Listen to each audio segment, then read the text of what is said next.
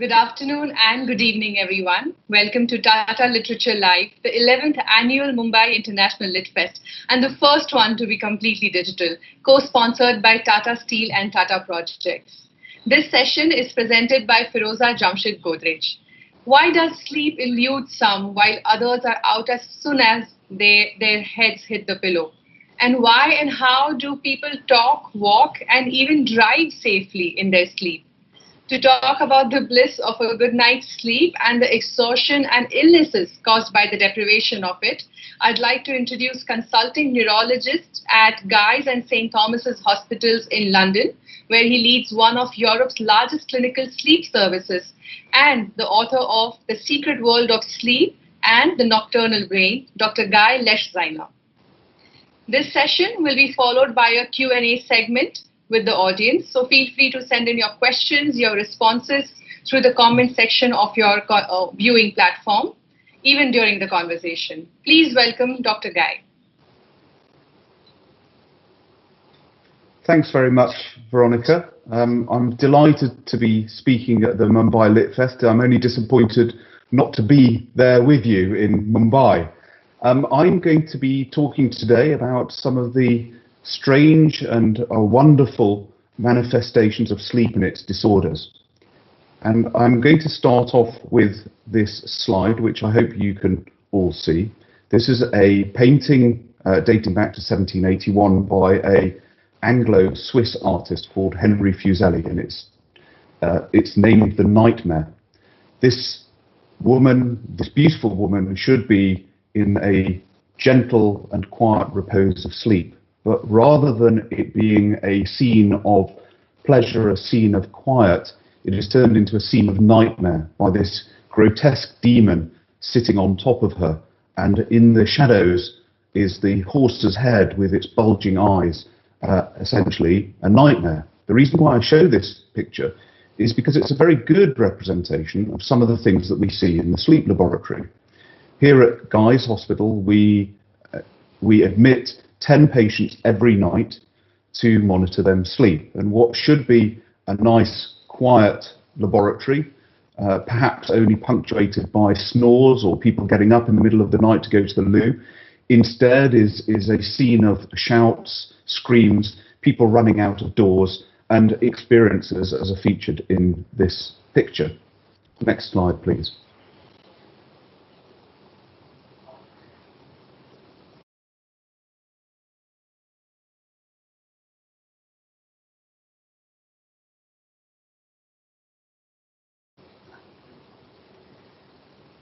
Next slide. Thank you. So we've not really thought about sleep being an off state of the brain for many, many years. This is the oldest written documentation suggesting that there is something active going on in sleep that I've been able to find. This is an ancient Egyptian papyrus dating back to about 1220 BC, which resides in the British Museum. We in Britain have got a long history of plundering things from various other countries around the world, including India. This was plundered from Egypt, and it is the Egyptian dream book. It is a list of 108 dreams, the content of these dreams, and the prophetic meanings of those dreams. And for many, many years, for millennia, we have thought of dreams as being something supernatural, somewhat spiritual. Next slide, please. But actually, what we have begun to understand in the midpoint of the 20th century is that sleep is not a single entity. It's a variety of different states of the brain. This chap, Eugene Azarinsky, is one of the grandfathers of sleep medicine research, who actually discovered the fact that sleep is made up of different states as part of a failed PhD project. He was sent away to undertake a particular project. He could not do it, and was sent away to study baby sleep. And he noted that during various stages in their sleep, their eyes began moving rapidly. And when he recorded their brain waves, he found that actually there were periods of time during the night during which those eyes moved very rapidly, where the brain waves looked, the electrical activity of the brain looked remarkably like it did when it was awake rather than asleep. And that was the first indication of this stage of sleep termed rapid eye movement sleep, or REM sleep. This is the stage of sleep that is most associated with dreams, particularly dreams of a narrative structure, like plots evolving in the night. And at the top of the slide, you can see an average night's sleep for a middle-aged or young adult, in that actually, in reality, what is seen to be as a single on and off of sleep represents cycles of sleep going through deep sleep and then REM sleep and then recurring 4 or 5 times over the course of the night. So sleep is not one single entity, it's made up of a variety of entities. Next slide, please. So this was really the start of the revolution of sleep, the understanding of what sleep means, and an understanding of the consequences of sleep, what the functions of sleep are. Over the last 20 or 30 years, there's been a sleep revolution. We now understand the fundamental role that sleep has to every aspect of our waking lives. Of particular interest to myself and to Dr. Desai is the role that sleep has on neurological health. We now understand its fundamental importance in memory, in learning new activities, in a range of neurological disorders like epilepsy and headache, but also importantly, and we'll come back to this, its role in cognitive decline and Alzheimer's disease. We also are now beginning to understand its fundamental importance in physical health in terms of regulating our immune system, of course, of great interest at the moment in the era of COVID-19, its impact on our metabolism, so how well we process food, in particular glucose, whether or not we might go on to develop diabetes or even weight gain, its role in our cardiovascular health.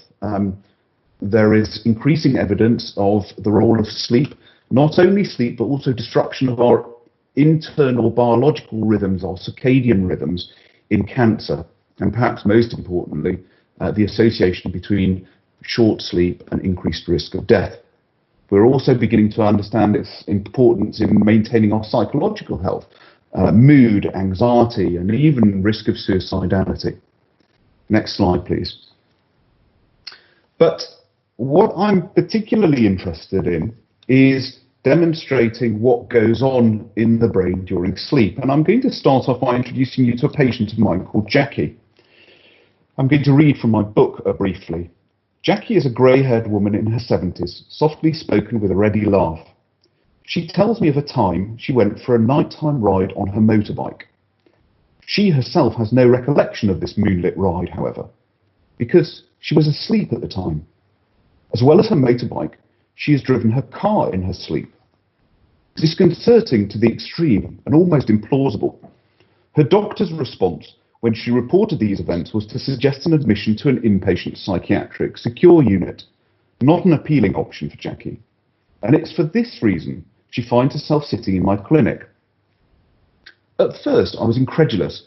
Many of the patients I've seen with this degree of sleepwalking turned out to have a psychiatric or psychological root to their problems, like the woman I saw a few years ago who slit her throat and wrists with a kitchen knife, apparently in her sleep, or a young woman from Ireland who had been found 8 miles away from home with her handbag and keys, having walked this distance without shoes.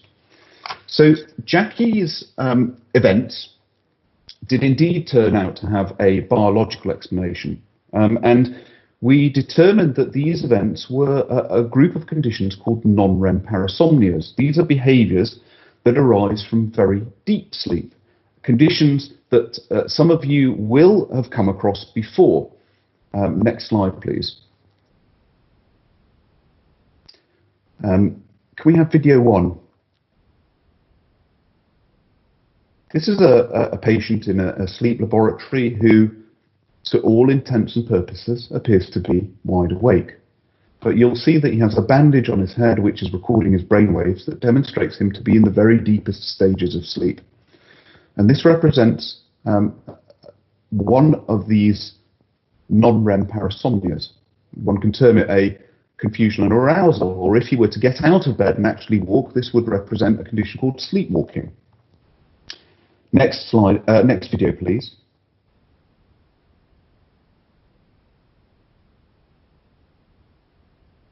Can we have the next video?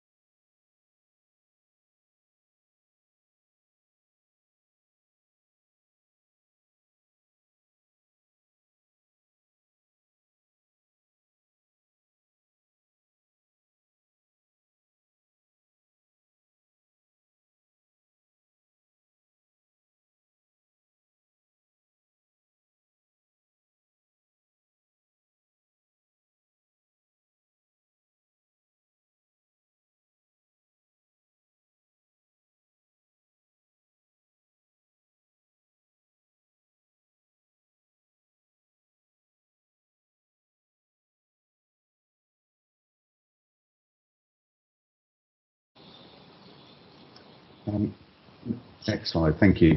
Can we have the first video, please?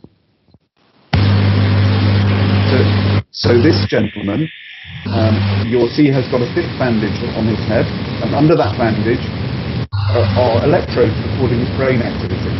And although he looks to be in all intents and purposes wide awake, his brain waves actually demonstrate very deep sleep. Yet now, this is something that can be done. And children.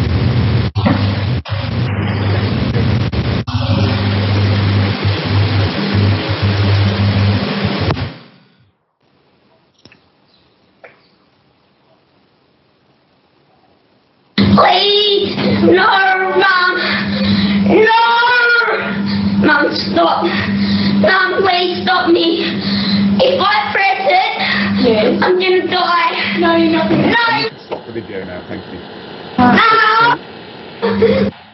So what that video demonstrates is something that many people will be familiar with, particularly if they're parents. This is something called a sleep terror. And once again, the brain waves of this young child demonstrate him to be in very deep sleep. But you can see that he's interacting with his parent, with his mother. He's talking to her. He's responding to some degree, but it really is not making any sense in the context of the event. In the morning, he will have absolutely no recollection of this event. So what is going on in these cases? So these events occur in great frequency in young people, in adults. They tend to persist in about 1 to 2% of adults. What we've demonstrated by studying individuals like Jackie and those two patients in the videos is that actually the brain possesses a quite remarkable ability, an ability to sleep and to be awake in different parts of the brain at the same time. And when individuals like those that I've just shown you have been placed in scanners, be they nuclear medicine scanners or with electrodes in their brain implanted for other reasons, what we can clearly demonstrate is that the human brain has the ability to exhibit wakeful behavior in certain parts of the brain. And you can see that in this slide with the red activity. Showing increased activity, particularly in an area of the brain called the cingulate cortex, which is the part of the brain that's responsible for very strong emotions. whilst other aspects of the brain, particularly areas of the frontal lobes, which are really the seat of our rational thinking of planning, continue to be asleep. And it's the disconnect between the various parts of the brain that result in these kinds of behaviours. Now, of course, we've known that certain animals are able to sleep with only half of their brain at the same time, something termed Uni Hemispheric Sleep. Animals like dolphins or birds who need to undertake important behaviours like flying or swimming or surfacing to breathe whilst they're sleeping. But this has not until recently been demonstrated in adults, until these studies have demonstrated this ability in sleepwalkers. Next slide, please. So this is a really seminal piece of medical literature, and these are two excerpts from Cinderella, which was first put out in 1950. Can we play video one, please?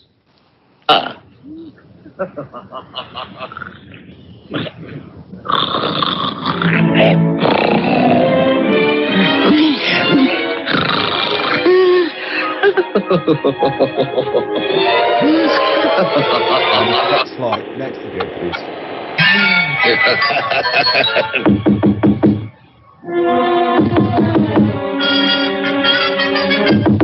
Next video, please.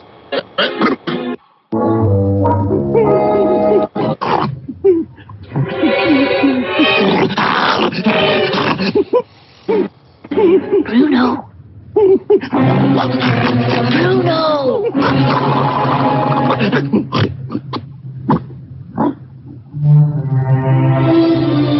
Dreaming again. Chasing Lucifer? Catch him this time. That's bad. So these are two illustrations of a condition that was really only recognised in humans officially in 1989, so some 40 years after Disney described them in Cinderella. So either Disney was a fantastic neurologist or a very keen observer of nature. This condition, as I've said, of acting out your dreams is something that we see increasingly in humans. And next slide, please. I'm just going to briefly introduce you to another one of my patients called John, who I first meet with his wife Liz when they're extremely traumatized by his recent experiences. John is in his 80s but looks much younger.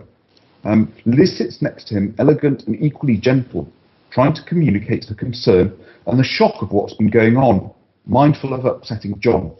She begins to tell me how she's been terrorized at night by him acting out his dreams, at certain occasions lashing out and hitting her or grabbing her arm and drawing blood in the middle of the night. When I ask him about the content of his dreams, he says, "It's the kind of traditional nightmare, like suddenly finding yourself in a large wood with a tiger. What happens is that I'm doing something perfectly routine, but then suddenly you're aware of a presence that you weren't expecting, and then it becomes sinister, and you get fearful. It could be other animals or the sorts of things that frighten people like snakes and anything like that, things that eat you and bite you. The typical experience is that at the moment when you expect their jaws to close on you, that's when you wake up." So one of the features of REM sleep, of dreaming sleep, is that typically, although the brain appears to have activity that is rather similar to wakefulness, the body is completely paralyzed. The only muscles that move are the muscles that regulate our eye movement, which is why it's called rapid eye movement sleep, and the muscles that allow us to breathe. But in some individuals, those muscles that should be paralyzed are not paralyzed, and therefore they act out their dreams. We used to think of this as what's termed an idiopathic disorder, a condition for which no clear cause has been found. But what we now understand is that this is another example of the disconnect between different stages of sleep and wake in the brain, that actually the mechanisms that generate that paralysis in REM sleep don't work properly. And we're now beginning to understand that this is a precursor of some conditions like Parkinson's disease, that changes within the brain, within the part of the brain that usually generates the paralysis of muscles, does not work properly.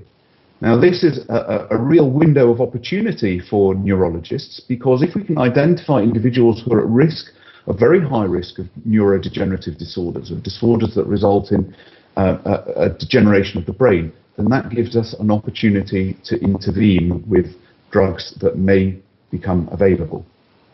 Next slide, please. I'm finally going to introduce you to Claire. Claire is a patient of mine who has insomnia. So insomnia, of course, being the commonest sleep disorder that we see. When Claire first walks into my consulting room, she's in trouble. She does not look it, though. At first sight, she's immaculately dressed, in her early 50s, slim and really rather beautiful. However, for the last 5 years, she's been plagued by debilitating insomnia. She began going back to work after bringing up her children and was put in a fairly high-pressure situation. The situation at work seems to have tipped her over to the edge, however. I stopped sleeping. I know that it sounds mad, but I really think for a year or so I got so little proper deep sleep that I stopped functioning. The anxiety about the process of getting into bed would become a self-fulfilling prophecy. The fear of how difficult it would be to go to sleep added fuel to the fire of insomnia. And so began the downward spiral into oblivion. Her lack of sleep made it even more of a struggle to perform to her own expectations at work, raising her anxiety levels further and making sleep even more elusive. And then I had a breakdown, she says. So, of course, insomnia is a condition that has a profound impact on its sufferers, both psychologically because of the distress that's associated with insomnia, but as I've already alluded, the importance of sleep to all aspects of physical health is something that some individuals with insomnia are also at risk of. We already briefly talked about the association between sleep deprivation and Alzheimer's disease, and perhaps we can talk a little bit more about that with Dr. Desai. But we understand that not every patient with insomnia is at risk of some of these disorders, because actually what we are now beginning to understand is that there are many individuals with insomnia who appear to be getting as much sleep or almost as much sleep as normal individuals. In that many people with insomnia, when we record their brain waves, exhibit sleep on their EEG, but experience wakefulness. And very recent evidence has demonstrated that actually this is another example of different parts of the brain being in different stages of sleep, and that many people with this so-called sleep state misperception exhibit waking-like behavior in very specific parts of the brain that may be responsible for their awareness despite the rest of the brain being asleep. Thank you. Next slide. So if this ability of the brain to exist in different stages of wake and sleep is present in individuals experiencing some of these sleep disorders, and there are many more examples, then is that something that we all experience, that we all can experience? And indeed, very recent evidence has suggested that even whilst we're awake, there are small areas of our brain, small areas of our cerebral cortex that are constantly dipping in and out of small islands of sleep, something termed local sleep. And it may be that this is what is responsible for the loss of clear thinking, the loss of cognitive abilities when we are extremely tired. In that the more tired we are, the longer these periods of local sleep within our brain exist, and the longer these periods are. Now, if that's the case, when we're very, very tired and we say we're half asleep, we may not be actually too far away from the truth. Perhaps not half asleep, but perhaps 100th of sleep or even 1,000th of sleep. Next slide. And indeed, these abilities of the brain to exist in different states explain some other commonly experienced phenomena. So this is the phenomenon of lucid dreaming, the ability to be aware in dreaming sleep, or sometimes even to have control over the power of your dreams. This used to be seen as very much a pseudo-scientific phenomenon, but this is a remarkable study that really demonstrates that lucid dreaming exists. So these are individuals who were put in a scanner and were asked to clench their left and right hand, and the corresponding areas of their brain lit up on these scans. Next slide. Then they were asked to lie in the scanner and imagine that they were opening and closing their hands, and once again, the similar areas of the brain lit up. Next slide. The lucid dreamers were then asked to go into a scanner, to go into lucid dreaming, and then to signal to the researchers that they were lucid dreaming and to dream that they were clenching their hands in their dreams. And sure enough, the same areas of the brain lit up. So this is a really remarkable study that proved the existence of lucid dreaming. And we see similar sorts of phenomena in lucid dreaming, in that parts of the brain that are responsible for awareness coexist with REM sleep in the rest of the brain. I'm going to leave it there because we're going to go to discussions. Thank you very much for listening, and I look forward to answering some of your questions later on.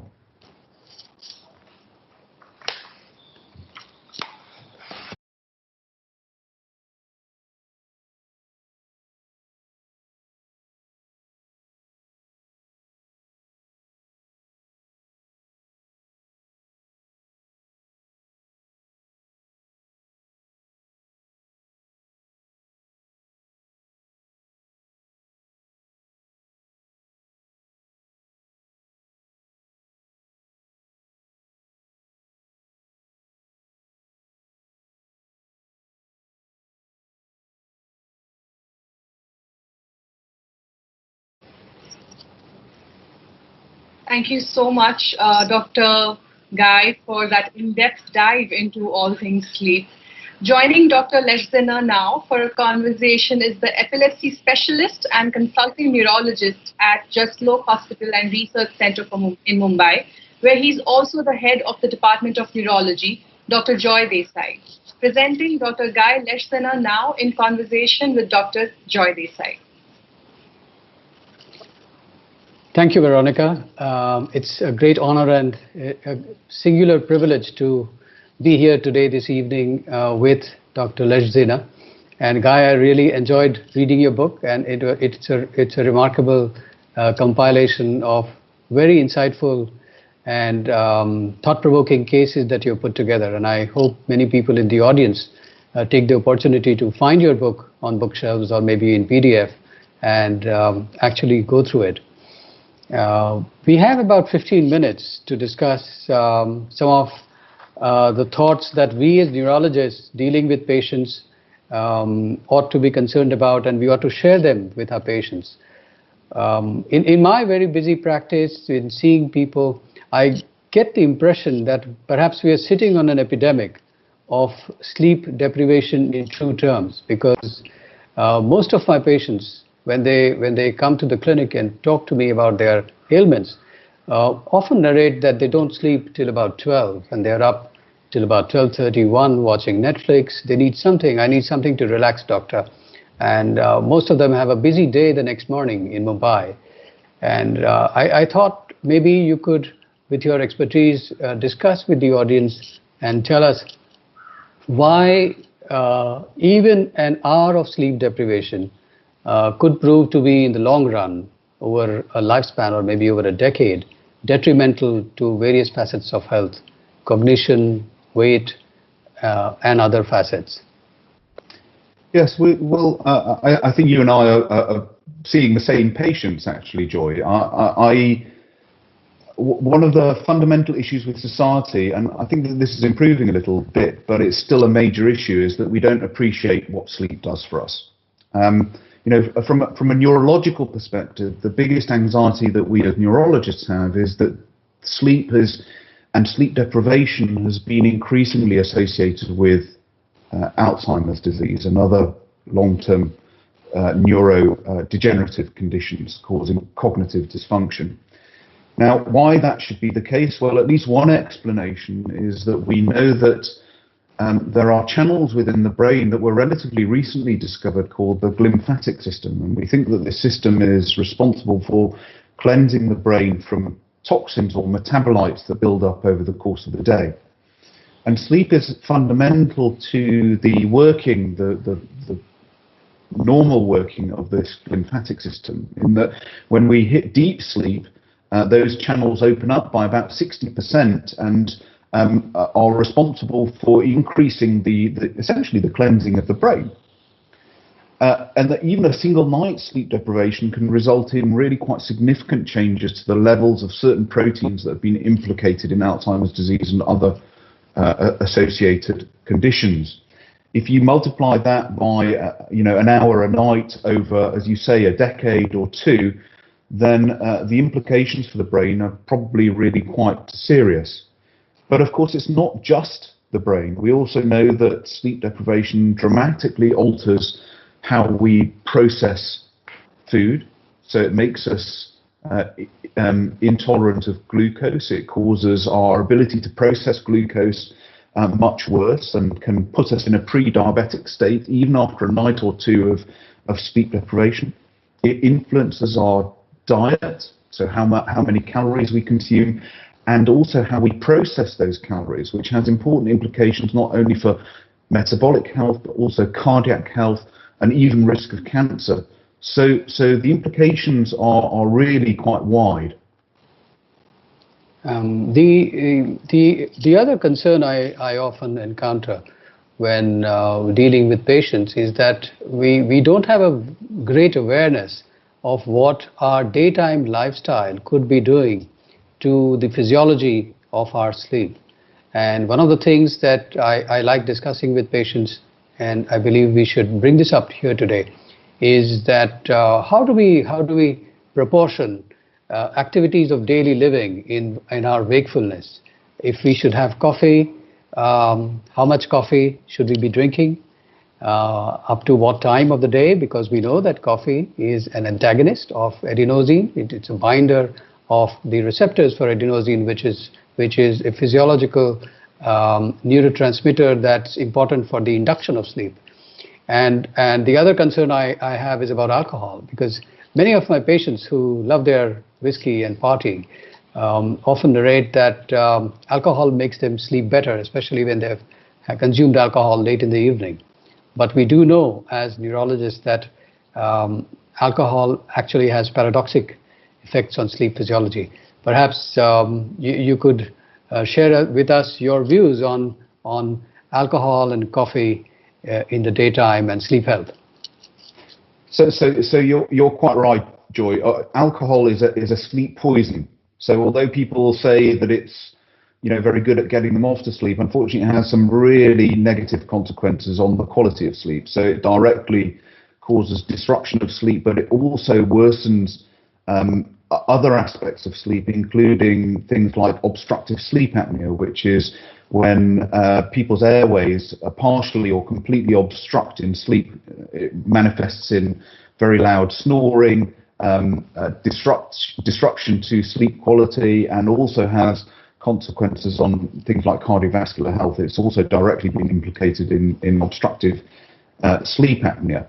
The other thing that alcohol does is obviously it causes you to have a full bladder at night, which in itself disrupts sleep, and is a risk factor for things like sleepwalking. So we often see that individuals who have an underlying genetic predisposition to sleepwalking will often get worse sleepwalking when they consume alcohol.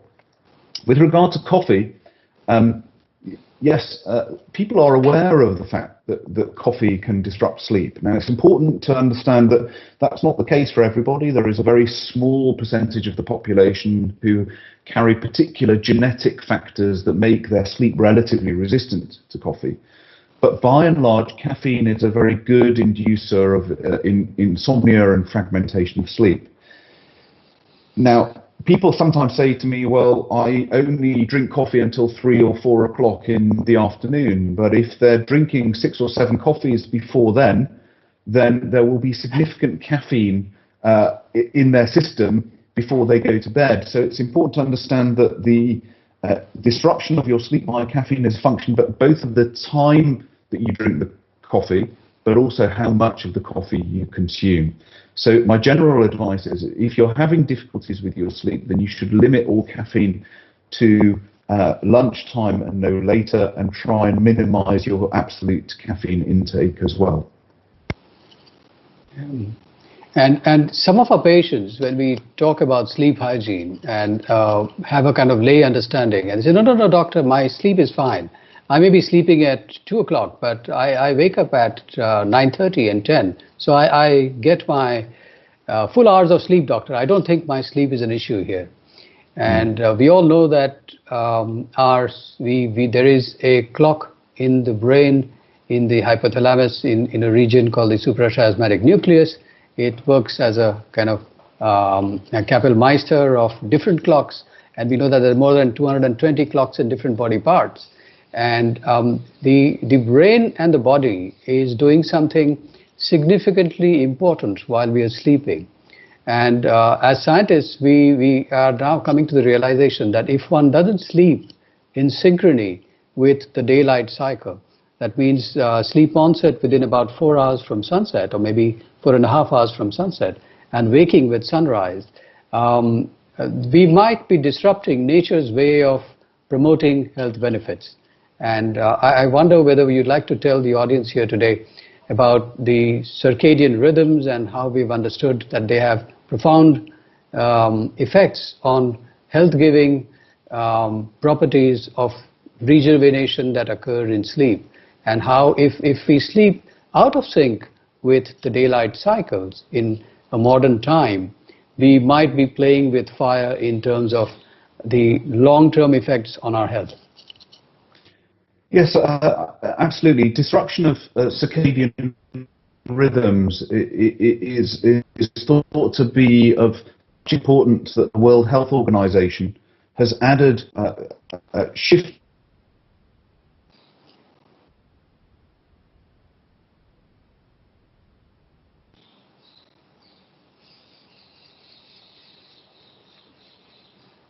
a government compensation scheme.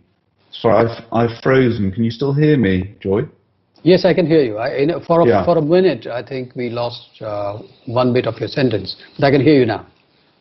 So this is of such importance that there are certain countries in Scandinavia that have set up government compensation schemes for government-employed shift workers who've developed particular forms of cancer.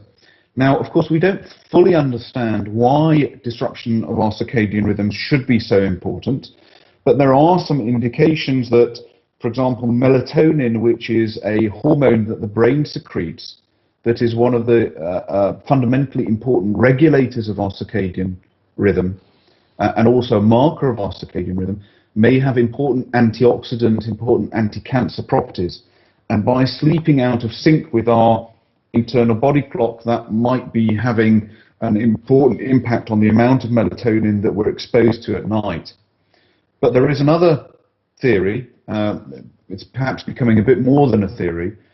You alluded to the fact that there are different clocks in different parts of the brain, and that it's the clash, the desynchrony between the major body clock in the hypothalamus, in the suprachiasmatic nucleus, and other organs that may result in important changes in the way, for example, foodstuffs are processed. Can you still hear me? Yes, I can hear you.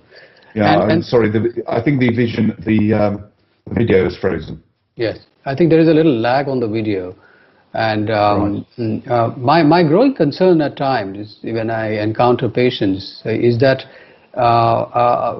one thing that we ought to emphasize to people is that perhaps in the middle years of life, between, say, the ages of 45 and 65, they are our vulnerable years when the body is undergoing a change different from what it was in its youth.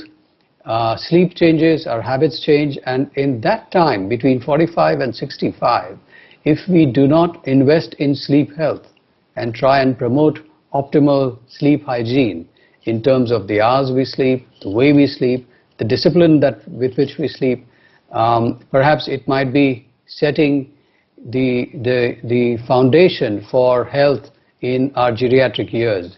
And many of our patients that we encounter in their 70s and 80s who have problems with memory and functioning in their activities of daily living, numerous of these patients have a background history of poor sleep, function, fragmentation of sleep, shorter hours, interrupted by problems like sleep apnea.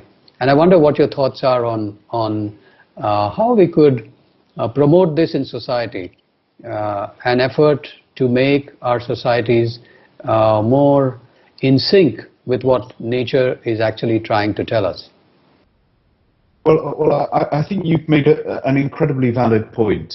Of course, when we're young, our body can take abuse in many, many respects, including from the perspective of sleep, because actually, for most people, their drive to sleep, to maintain stable sleep when they're young, is pretty good. But as we get older, part of that aging process, part of that neurological aging process, also it influences our ability to initiate and to maintain stable sleep. And so we need to make a bit more of an effort in order to maintain aspects of our lifestyle, aspects of our behavior that are conducive to good quality sleep. Whereas when we were 20, perhaps the things that we were doing surrounding sleep were less important. But as we get less able to achieve the duration and the quality of sleep that we need to focus a little bit more on that. I think one of the really important things that we as physicians need to do is we first of all need to educate our colleagues about the importance of sleep, because, you know, as we've previously discussed, sleep is very poorly understood even amongst the medical community. When I was at medical school, I think I received perhaps 15 minutes teaching on sleep, and I'm not sure it's changed substantially over the last 20 years. It's the same story here. Yeah, I think throughout the world. Now, what has changed actually is the public understanding of sleep, and that is through a number of books, some sleep being talked about a little bit more in the newspapers. And I think that what we need to focus on is educating both the public and our colleagues about how fundamental sleep is to health. Great. And one of the concerns which people should have, and which is often ill understood in common understanding, is that even if one is sleeping 1 hour less every night for purported reasons of work or pressures of having to do things which are important, rather than being asleep in bed, it could affect how the brain functions the next day, and it could affect the cognitive abilities in our efficiency of daytime performance. And especially with modernization, with people driving, the risk of accidents, we know that you just talked about very fascinatingly the new science which shows that often in wakefulness as well, if one is sleep deprived, there are small parts of the brain that are actually asleep. And it would be horrifying if little bits of the brain went to sleep when one was driving on the expressway, for example, and which requires vigilance. And we know that driving on our superfast expressways comes with a little risk of safety, and our cognitive performance could be compromised if our sleep hygiene is poor. And maybe we should discuss some parts of this today, and convey our concerns to the audience as to why this is very, very important. I think there are two aspects to this, Joy, which you talk about. The first is that we know that once people have been without sleep for somewhere between 17 and 20 hours, then their cognitive function, their ability to perform these kinds of tasks, you know, when, for example, measured in a driving simulator, drops below the legal level for alcohol in Europe. And so, you know, one could argue that it should be as socially unacceptable to drive when one is significantly sleep deprived as it is to drive, for example. The other important aspect is that many people sleep deprive themselves, particularly during the week. And at the weekends, they say, well, look, I'm catching up, I'm spending an extra few hours in bed, and this allows me to repay my sleep debt. But actually, there is a host of evidence now that suggests that if you are sufficiently sleep deprived during the week, then no amount of catch-up over 2 days at the weekend is going to really completely repay that sleep debt, particularly in cognitive terms. And when you return to work after trying to catch up for 2 days, actually you're still not firing at your full cognitive potential. So even relatively small amounts of sleep deprivation can cumulatively have an ongoing impact on your ability to perform at full cognitive potential. Thank you, Guy. I think it was really wonderful. I have a intimation from the organizers that it's time now to move on to the next session, questions and answers from the audience. And I believe Veronica is going to take it from here. Thank you for being with us, and I've thoroughly enjoyed chatting with you both today and the earlier day. And I hope we can meet up sometime when the pandemic is not at its peak. I very much look forward to that day. Thank you so much. Bye-bye. Bye-bye. Dr. Guy and Dr. Desai, we are now heading into the Q&A. The questions have been curated from festival website, YouTube, Facebook, Instagram, and Twitter. Since this is a Lit Fest, it is not surprising that our first question is around that. This is a question for both of you. One of the most famous lines written about sleep is Shakespeare's, "Sleep that knits the ravelled sleeve of care." Do you have a favorite quotation or poem that is about sleep? I often begin my lectures with that quote from Shakespeare, in fact. There is another quote by Benioff, the director of Game of Thrones, and everybody here in the audience, I'm sure, are great fans of the show Game of Thrones. And he said that at some point that he can well imagine that the function of sleep is to pack up all the monsters that are flitting around at the foot of the bed into a steamer trunk and stow them away. And I think that is brilliantly put. That what sleep actually does is that all the monsters that our brains might accumulate during the day, it tries to pack them away by a very intricate biological process.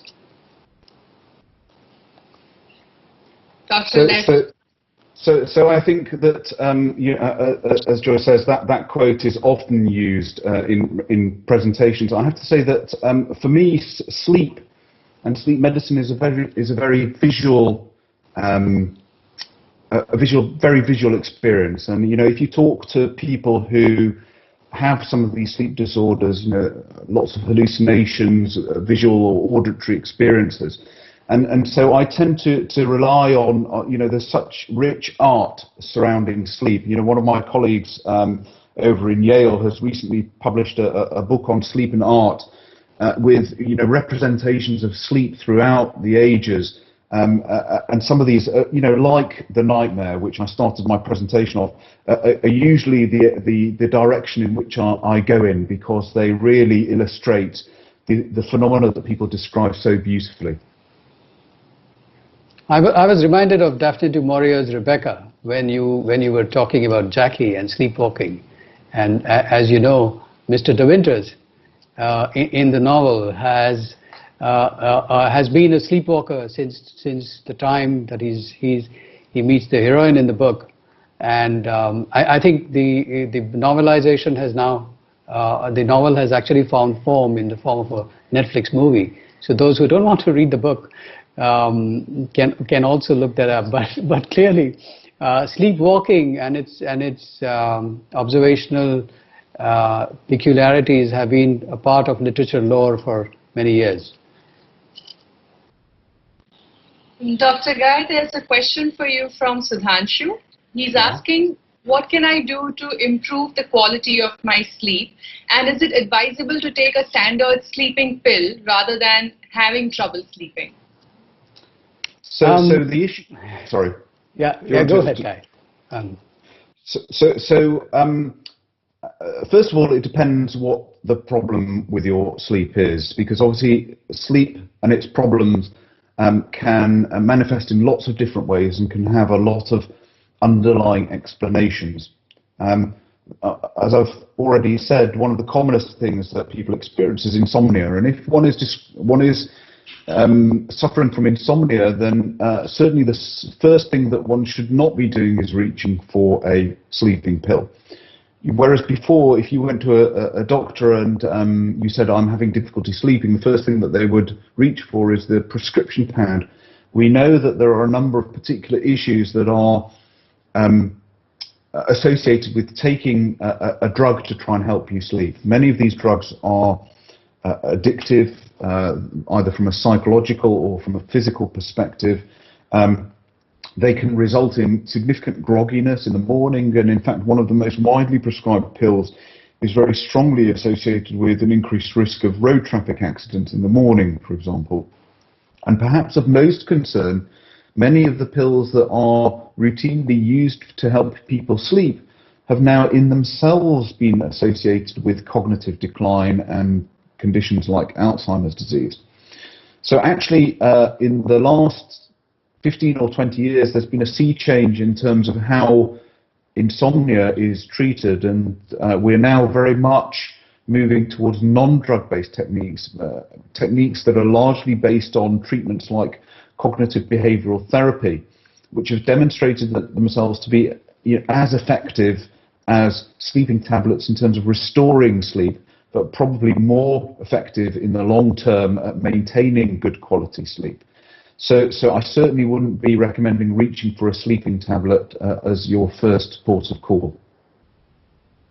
And patients should understand that it's important to look at how you spend your day.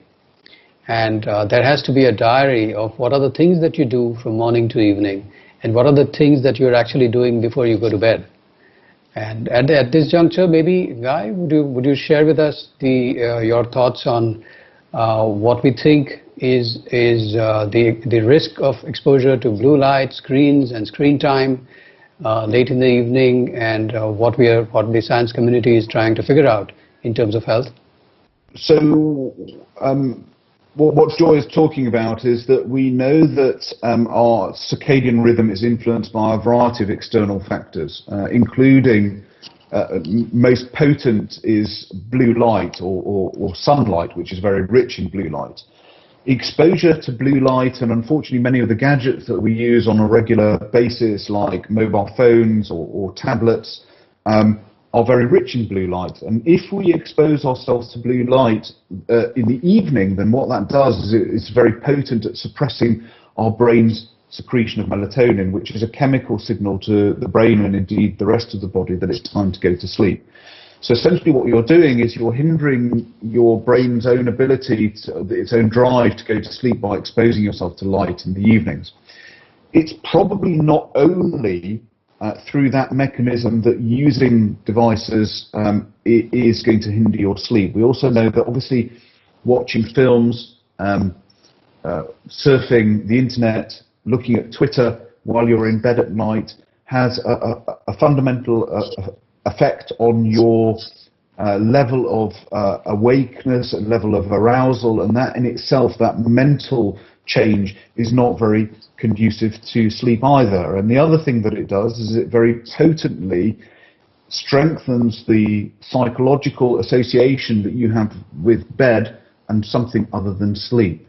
So, for many people, if they have poor quality sleep, Joy is absolutely right that what you should be looking at is you should be looking at the behaviors surrounding sleep, what you're doing in bed at night, what you're doing during the day. Are you exercising? Are you drinking lots of coffee? Do you have lots of stress or anxiety in your life, which is driving that what we term hypervigilant state, that brain state whereby you're activated, you're very on, looking at what you're doing on a day-to-day basis in order to try and optimize sleep. Okay. Thank you so much for that. We have a question from Shreya. She's asking, why do we sometimes remember some dreams vividly and some nights don't remember dreaming at all? Does that have anything to do with irregular sleeping pattern? Not remembering. Guy, it's all yours. It's all yours. Okay. Yeah, so I think that there is one important misconception that dreaming sleep only occurs in REM sleep. This is something that is a very, very strong myth, both in the public but also in the medical community, in that we do actually dream in other stages of sleep as well. If I were to wake you up from non-REM sleep, you may remember dreams as well, but it's the nature of those dreams that is slightly different. So in REM sleep, we tend to have these dreams of a narrative structure, plot evolving in our minds, whereas the dreaming associated with non-REM sleep is usually much simpler. It's snippets, little vignettes of visual imagery. Now, of course, most of us will have periods of REM sleep, so these stages of sleep whereby we're having this sort of magical experience of doing strange things that we would never do during the day, several times a night. But we tend largely to remember our dreams much more if we wake directly from REM sleep. So if you are remembering a lot of your dreams, then that might suggest that you have some problem with maintaining stable REM sleep. Now, from a sleep neurologist's perspective, one of the commonest causes for that is sleep apnea that disrupts REM sleep. So if your breathing is poor in sleep, you're snoring a lot, in REM sleep, because that paralysis that affects the whole of your body also affects the muscles in your throat, it makes the throat more likely to collapse down, and therefore you're much more likely to have disruption of REM sleep and wake up from REM sleep. If you have narcolepsy, which is a brain disorder which makes REM sleep very unstable, then one of the hallmarks of narcolepsy is very vivid, very prominent dreaming, as well as some other features of dreaming that can occur during wakefulness. But if you are, for example, suddenly waking up a little bit earlier than you normally would, then that would increase your risk of waking up in REM sleep if you wake up to an alarm, for example, and that might result in you waking. So in and of itself, remembering your dreams is not a problem, but if this is something that is a sudden change, and particularly if it's associated with a change in your experience of sleep and how refreshed you're feeling, then it certainly could point towards an underlying sleep disorder. I see. Thank you for that answer. The next question we have is it a problem if someone needs more than 8 hours of sleep to function normally throughout the day? So the answer to that is yes and no. We know that sleep duration, sleep requirement, is a function of our genes, and that there are some genetic variants that strongly influence how much sleep we actually need in order to feel fully refreshed. For the majority of individuals, that sits somewhere between 7 and 8.5 hours a night. But there are some individuals who, from a genetic perspective, need less than that, and a few individuals who need more than that. However, if you are finding that you're requiring a very long sleep duration in order to feel refreshed, then that does need to be explored, as there are countless potential explanations, including several sleep disorders, that may actually be disrupting your sleep and making you require more sleep than you otherwise should. Conditions like, for example, sleep apnea, or another condition which is commonly seen called periodic limb movement disorder, where people frequently kick or twitch in the night, that also causes disruption of sleep. There are even rarer conditions which can cause people to require very, very long sleep durations, sometimes upwards of 13, 14 hours a day. But if you find that you're requiring a lot of sleep, then it is certainly worth talking to your doctor, as there may be some tests that need to be done in order to explore for sleep disorders underlying that. So just not sleeping enough is not a good idea. Sleeping too much could also be a problem. What would you say about that, Dr. Desai? So it's all about optimization, and we have terminologies which have been promoted now, called behaviorally induced chronic sleep deprivation syndrome, which tells us that who we are our habits, and therefore we ought to be vigilant about what habits we imbibe in the journey of life. And there is always room for introspection, there is always room for thought.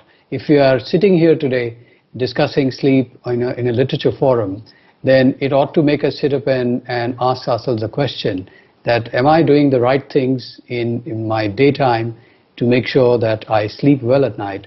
And there is so much information and help and guidelines in lay literature available from sleep experts like Guy and Matthew Walker, and there are TED Talks, and people have access to medical fraternity. So be careful what you do every day, because your habits are going to determine your sleep habits at night, because it all depends on a feedback loop. And we ought to treat our bodies with more care. We ought to treat our brains with more care. And that's going to determine our basic health. And I believe we are nearing the end of our sessions, and maybe Guy would like to have a few parting words with our audience before we wind up. Joy, I think that's very elegantly put, and I think at the core of it is that people should seek to gain an understanding over their own sleep, because without understanding your own sleep and understanding what it does for you, it's very difficult to appreciate it. And once you begin to appreciate it, then one changes one's behavior in order to optimize it. So at the core of this is our duty to inform, our duty to educate, and everybody's duty to appreciate the fundamental importance of sleep to their lives. We have a final question, which is a little personal. The question is for both of you: how much sleep do you both manage to get? Well, I try. I try to maintain discipline. I do have intrusions in sleep from nocturnal calls from the hospital. But as I grow older, that's become less. I have chosen to do less active emergency duties and relegated those to my younger colleagues. And my firm desire is not to do nocturnal calls the older I get. But I try to walk my talk. And we are all humans. We don't succeed all the time. But even if we succeeded 70 to 80% of the time, I think we are putting in seeds of health into our bodies. And I'm sure the situation might be similar at the Guy's and St. Thomas's. So yeah, I have a double whammy, unfortunately. I have nocturnal calls, but I also have nocturnal awakenings as a result of my children. As I get older, both of these are lessening, and I'm becoming more and more appreciative of an undisturbed night's sleep. Thank you so much, Dr. Desai and Dr. Leschziner, for your insight on the mysteries of the brain that are triggered in the darkness of the night. Thank you so much for sharing your time with us and your insight. Thank you. It was a pleasure being with you. Thank you so much. Thank you. You have a good night. To your audience, you can check out the books by Dr. Leschziner at tataclick.com. The next session that you can hop onto is Sultan Padamsee Playwriting Award in the next 15 minutes. To know more about today's various other sessions, you can check out the festival schedule at tatalitlive.in. This session was presented by Pheroza Jamshyd Godrej. We hope you enjoyed this conversation. Thank you so much for being with us at Tata Literature Live. Have a wonderful evening. Thank you, and bye-bye.